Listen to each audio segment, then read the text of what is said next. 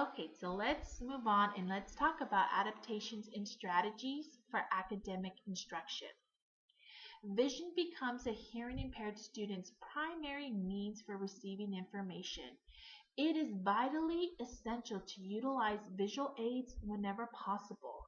Consider using posters, charts, flashcards, pictures, manipulatives, graphic organizers, artifacts, or any visual items to illustrate concepts.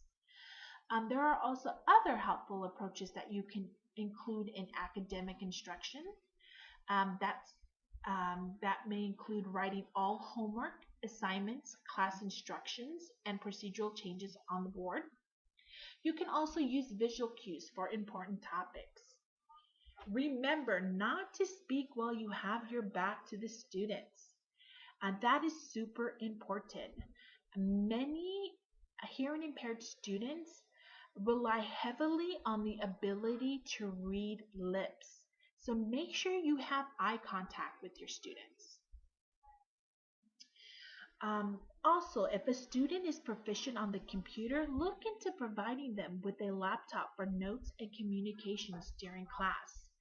There are definitely plenty of apps out there that can help you with this. Consider using a talking stick for group discussions. This will help students know who is speaking. You may also consider providing outlines of the daily lessons and printed copies of the notes, allowing them to focus on discussion and questions while you are teaching.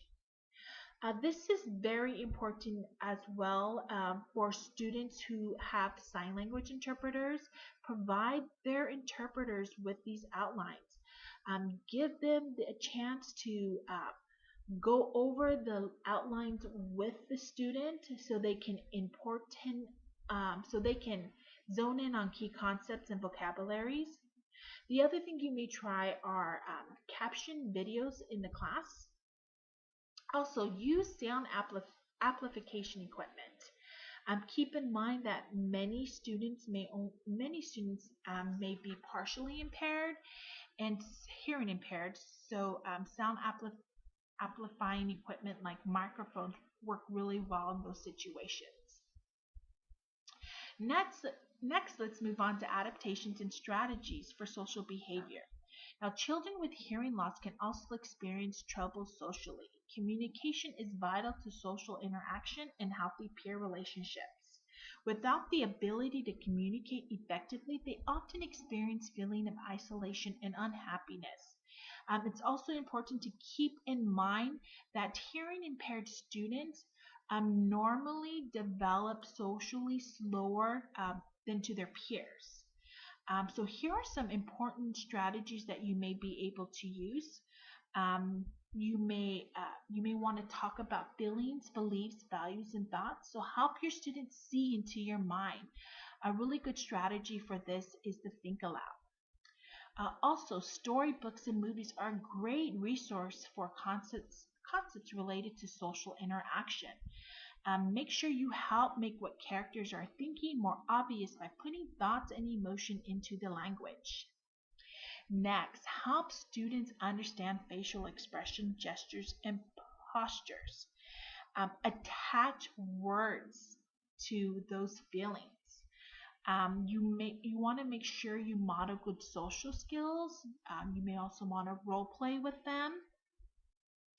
And next, you also want to reinforce good behavior, compliment them, praise them. Just make sure that you are specific about what he or she did well for the praises. Now, I really hope that you enjoyed both Megan and I's presentations. I hope that you guys got a lot of information out of it. Um, Here are some of the references that we use throughout our presentation if for further reading. Again, thank you. I hope you guys have a wonderful day.